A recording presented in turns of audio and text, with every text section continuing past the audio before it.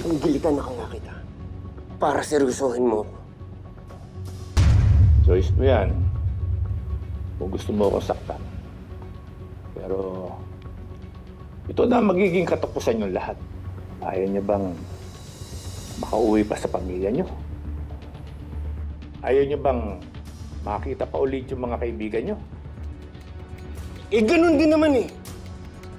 Makukulong din kami. Mabubulok din kami sa loob. Kaya para saan pa? Pwede kung ganun lang din, magkamatayan na lang tayo.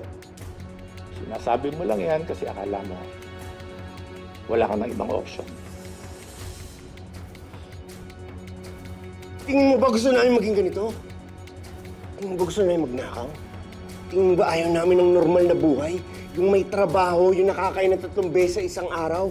Yung meron kaming pangbuhay sa mga pamilya namin? Pero wala eh. Bulok na sistema. Lalo na para sa may hirap na kagaya namin. Sabihin na nating bulok na yung sistema. Pero mababago mo ba yun kung nakakulong ka? Paano yung pamilya mo? Paano yung anak mo? Daga, magtiwala ka sa akin. Pakawalan mo na kami. At pangako ko sa inyo, gagawin ko ang lahat para bumaba ang sintensya niyo. At pag nakalabas na kayo, pwede kayo magsimula ulit. Bibigyan ko kayo ng trabaho. Paano namin nalalaman hindi mo ko niloloko? Sige. Ganito na lang.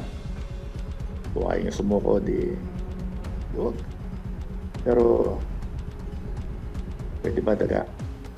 Pakawalan mo na sila. Ako na lang ang gawin yung hostage.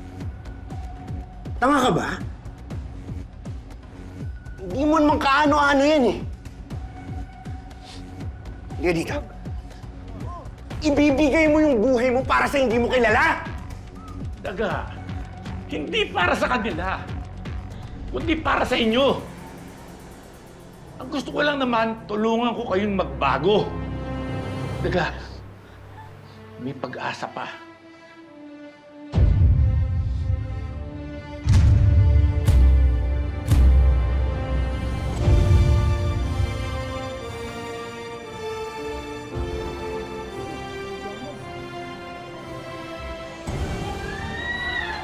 Susuko na sila!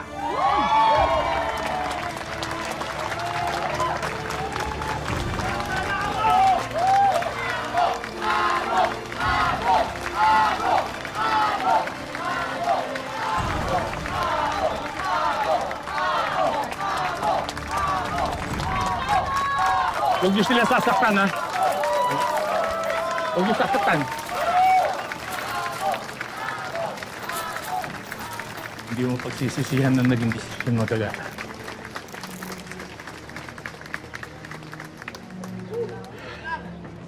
Sir, pakiusap ko lang, Major, sana hindi masaktan si Daga at yung mga kasama niya. Simula ngayon, kargo ko na sila. Sige po, Sir Ramo. Maraming salamat.